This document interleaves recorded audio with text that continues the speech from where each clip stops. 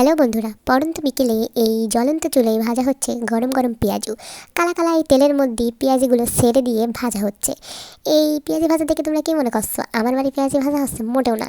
আমি চলে গেলাম পাশের গ্রামে এক বিয়ের দাওয়াত খাতি। তো বিয়ের দাওয়াত খাওয়া শেষ হলেই এই পেঁয়াজি ভাজার দোকানে চলে গেলাম পেঁয়াজি খাতি। বরযাত্রায় এই বর আসতে দেরি হয়ে এলো, এই জন্য খাওয়া দাওয়া শেষে বসে পড়লাম বর দেখার উদ্দেশ্যে যেখানে সেখানে। এইখানে সাজানো হলো বরযাত্রার জন্য গেট ধরার সিস্টেম।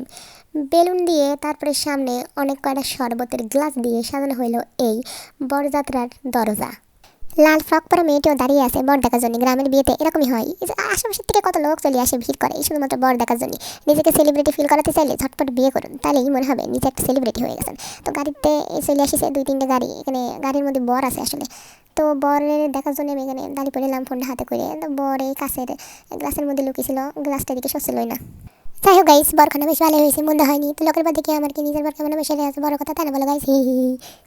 গলা ভেঙে গেছে, আমার শরীরটা প্রচণ্ড খারাপ, তারপরেও এই ব্লগটা করলাম তোমাদের জন্য। মানে ব্লগ ঠিক না, ভয়েস খানা দিলাম আর কি।